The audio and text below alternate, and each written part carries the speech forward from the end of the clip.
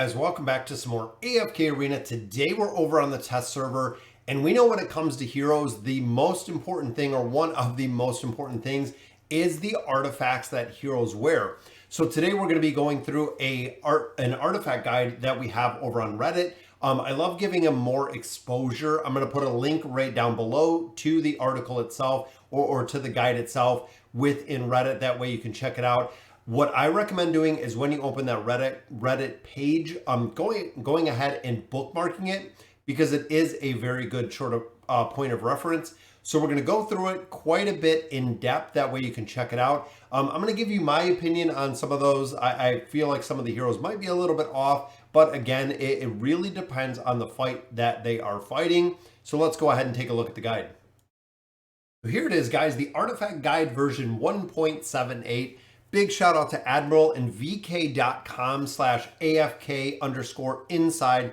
That is the website that they use. A lot of content does come from this. So we're going to run through the different classifications or the different factions, and we're going to look at the artifacts that they have. And again, some of these, I know a lot of players are going to give a lot of feedback. A lot of them are going to go ahead and say, hey, might not be the priority, such as Ulna. Most people do run the Chaos Bringer on her. Here it does show her the eye and the priority from left to right. We know Wukong, of course, running with that one if you do use him. We know heroes that have to ult really quick when it comes to the Warden, given the energy regeneration. So we have a couple heroes out here. We have Flora out here. Again, Flora, I think with the haste and the damage a lot of people focus on. Support classes, of course, definitely going with the Call. They are a very solid choice when you look at the Twins, when you look at Halius having the Call. Athalia, absolutely, dual divinity is a huge priority for her because she is specifically on the enemy side. So we know definitely a very strong. And then tanks, most of the tank classes do have the barricade. It is pretty much run. And again, the artifacts within this game are very dependent on the team comp that you're fighting, and depending what you're using. So this is just overall a general guide. It's not set in stone saying, hey, if I'm running Athalia, I have to run with a specific artifact. It can change up a little bit. Looking at the bottom, the Hypogean, same Chaos Bringer I always see on Zolrath. Mahira, we're really focused on her ult, which is very strong. Haste in here is the biggest thing when it comes to Khazard. Not only the crowd control aspect, but getting him to ult can make a difference. Ullard is one that not a lot of people really focus on. Mortis is interesting because definitely the Call, just because you want him to ult. Once he ults, you kind of lose the ability. Now, one of the things with heroes like Mortis is with the Call in general, if you're running him coinciding with the Twins are wearing the Call, he is wearing the Call.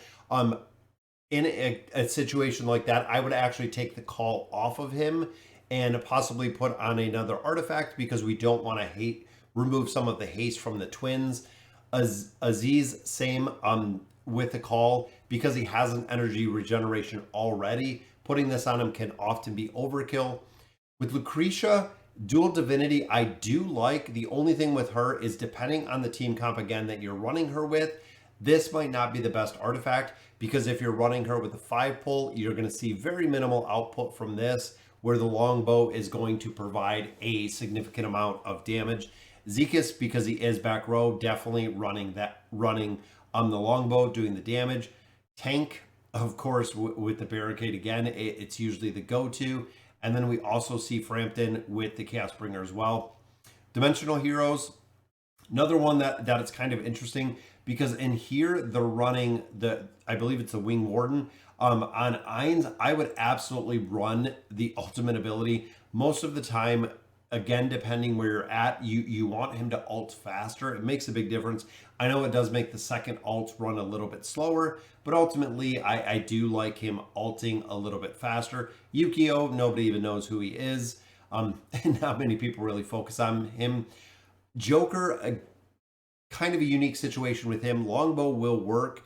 A lot of people do run the Shroud. Again, if you're dealing with issues with some of these heroes with survivability, switching up some of these artifacts can really make a difference. It is, again, it is not set in stone on how you do have to run these through. We see Merlin down here not even running the call. A lot of players do run him with the call just for the simple fact that damage mitigation he does from his ultimate ability. Prince of Persia, unique one. I do run him with the call. We want him to ult, and we want him to ult as fast as possible, over and over again, making sure that there are not other heroes within this formation that are running the call as well. Just because you are going to, again, degrade the ability that the call brings. We always see Albedo with the barricade. We see Arthur with the waistguard because he has the barricade depending on the furniture. It kind of comes equipped with it. But this is also a really solid guide when it comes to if you don't have the class-specific artifacts. So they do unlock a little bit later in the game. So if you do not have them, you don't have as many choices. So you do have to substitute some of Dura's artifacts in here. And a lot of players do run very well with Dura's artifacts. So looking back up at the top guys with the Lightbearers, we have Rigby, we have Estrilda, we have Walker. Estrilda is used somewhat. The other two don't really see any play. Most of the mage casters you can see, it is about the ultimate abilities. Maro's definitely ult. Ular definitely the ult. Support heroes running the same with Peggy, with Rowan, with Rose. Rose is a unique one again, depending on what you're looking to do or who she is following. Most people will not run the call. They'll usually run the eye or sometimes the blade if she's following a hero like Saurus. If you're following a hero like Rose is following Belinda, the call can make a big difference because it allows for more ults. On Belinda, again, a lot of these are kind of situational. Rain, the call, most people run the eye on Rain. I haven't seen that many running the call because, again, most of the boss formations, you're going to have multiple support heroes in there, like Mortis, the twins, things of that nature, making this kind of less of a priority. Now, looking down here, when it comes to range and when it comes to rangers, absolutely, guys, the longbows work perfect. We know dual divinity, heroes like Cecilia, they go straight to the enemy side. So absolutely, that is going to be a big game changer here. Thane, I like the dual divinity on. I also like the shroud, again, depending on the situation and depending on the survivability, because a lot of times Thane will come into a battle, he'll die out really fast, which kind of stinks, meaning that it really doesn't do much of anything. Then, of course, we have the tanks running with the waistguard or with the barricade. Down here for the Maulers, Antandra, yes, I love this. I love the life leech that she brings, especially when she's invading. Warwick, we see with both. I see with the Chaos Bringer most of the time. Using him with information short of maybe the Mauler Tower, I don't really see. Most of the mages do run the energy. We want more energy between all of them, which is the reason. Secondary is the Wing Warden to allow them to still get a little bit of haste while ulting. Sophia is one that is kind of the exception because her ult is not really that predominant. I know that Falling Sun ability can be really strong, but overall, I like the haste on her because it allows her to scatterbolt faster. Scatterbolts provide the crowd control aspect.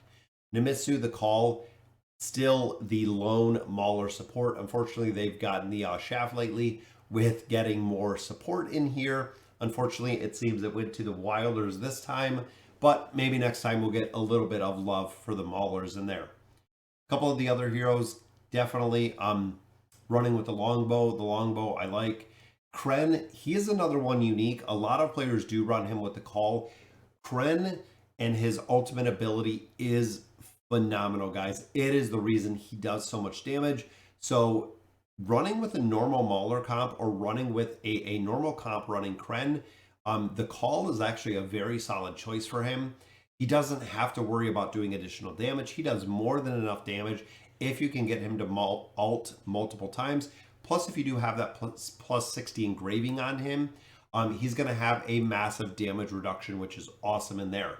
Titus, Shroud. Titus does have to get some of his abilities up. He will die very early if he takes early damage, but he is hard to kill once he gets some of his damage up. These heroes, of course, the primary tanks, you can see right here, barricade, barricade, barricade. Scrag either way is going to be the barricade or the waist guard. And then we have Thisu, which is going to be running, of course, the ultimate ability. Now, we have seen him performing exceptionally well with the ultimate ability. Similar to Ainz, it hits the entire battlefield, which is a ton of damage on that one, which I believe I'm calling it the wrong name. I forget exactly which one that is called, but you can always refer to the guide if you have questions. So looking on the top right, I'm getting to the Graveborn. Baden Isolde Nara, of course, not really much of a difference there. Isabella, I love running the eye on her, just for the simple fact is you get additional crit out of there, you get additional haste, which are the two things she absolutely needs. Oden running with the Warden artifact, and I'm drawing a blank for some reason on some of these. Looking here, this is interesting. Of course, Kelthar running with the call. The big reason for that is the Thorin Cheese. That is the reason most players do run the call on there. Support for the Graveborn. Theowen, we know, goes straight to the enemy side. We know Tresnar, straight to the enemy side. Dual Divinity, absolutely. We have the Shroud here on Pharrell. I like this one because it negates the crowd control. Now, again, if you're in a formation where crowd control is not very important, you can always swap on the eye or the longbow because he doesn't have to worry about the crowd control aspect on there. Grez, most players do run the eye on him. Again, the haste that it provides and the crit, awesome. Daemon, ultimate ability, absolutely running the call on him. Thorin, the cheese, some people run the call depending if you're doing the cheese, but this artifact, the eye, can actually allow him to get some really solid critical strike damage when it comes to that retaliation ability. Then, of course, the double tanks running the barricade. It is really the go-to protector. Tanks, unfortunately, as you start getting level deficiency, we know they get burned through super fast, which is the reason why so many people do run the barricade, is if they can protect another hero, absolutely worth it. Looking at our final faction with the Wilders, absolutely the Chaos Bringer. Cirrus, if he's used for anything, a lot of players run the Chalice on him just because of the ability to scale with the skill set that he has. Lorzen, this one was kind of interesting, running it on there. Pippa, and then we have Solus. Again, ultimate abilities are really what we're focused on. Crowd control, same. Ultimate abilities with the call is what we're focused on. We want more haste, more energy regeneration. Kaz, they run the dodge on this, so it's very interesting. Because of the dodge and how she is built, she has the ability, and she's the only hero that we have that can dodge magic, that has a magical dodge. Most of them are just the melee, but Kaz is unique, has the magical dodge.